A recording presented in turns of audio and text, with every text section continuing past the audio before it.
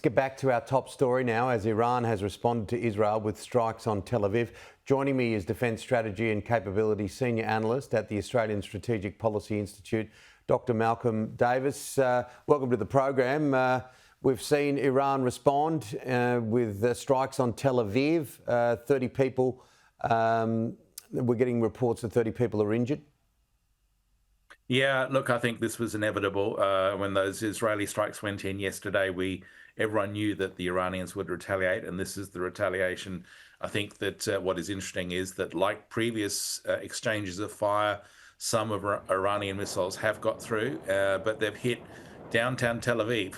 And I think that what this will imply is that the Israelis will now respond to those attacks be against a wider target set. For example, they may go after the political leadership of Iran. They may go after Iran's oil industry.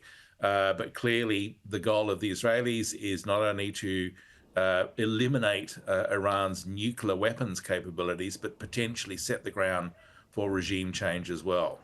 It blindsided many, didn't it, the Israeli strike? It's been in the works for quite some time, according to reports this morning, and it was hugely successful from their perspective.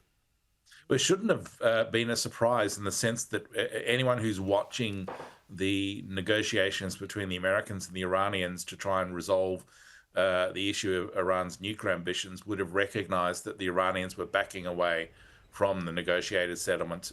They were refusing to accept a deal that didn't include enrichment of uranium.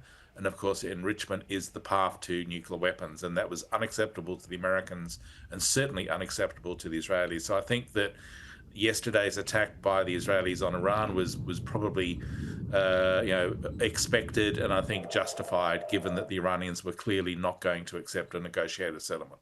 And as I said, it was a successful strike. Like when I say blindsided, I mean many people just walking the streets of the universe who aren't across it. But yeah, it was a successful strike from an Israel perspective.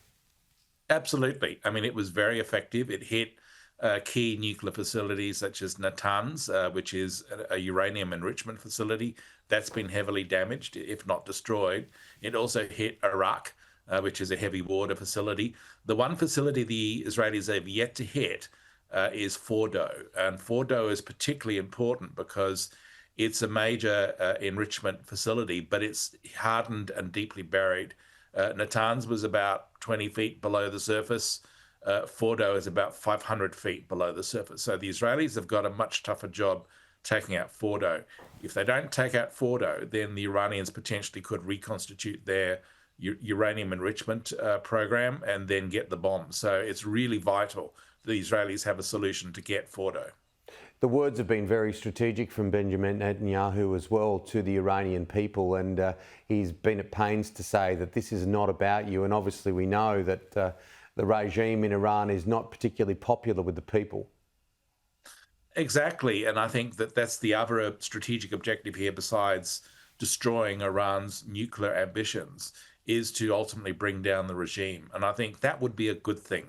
Because if you could have a democratic Iran, which is what the vast majority of the Iranian people want, that could solve a lot of the security problems across the Middle East. There'd be far less likelihood that Iran, under a democratic government, would then confront Israel. All the support for terrorist groups around the world would completely cease. So there would be a lot of problems solved if the Iranian regime were to be overthrown by the Iranian people. Dr. Malcom Davis, thank you so much for coming on the program.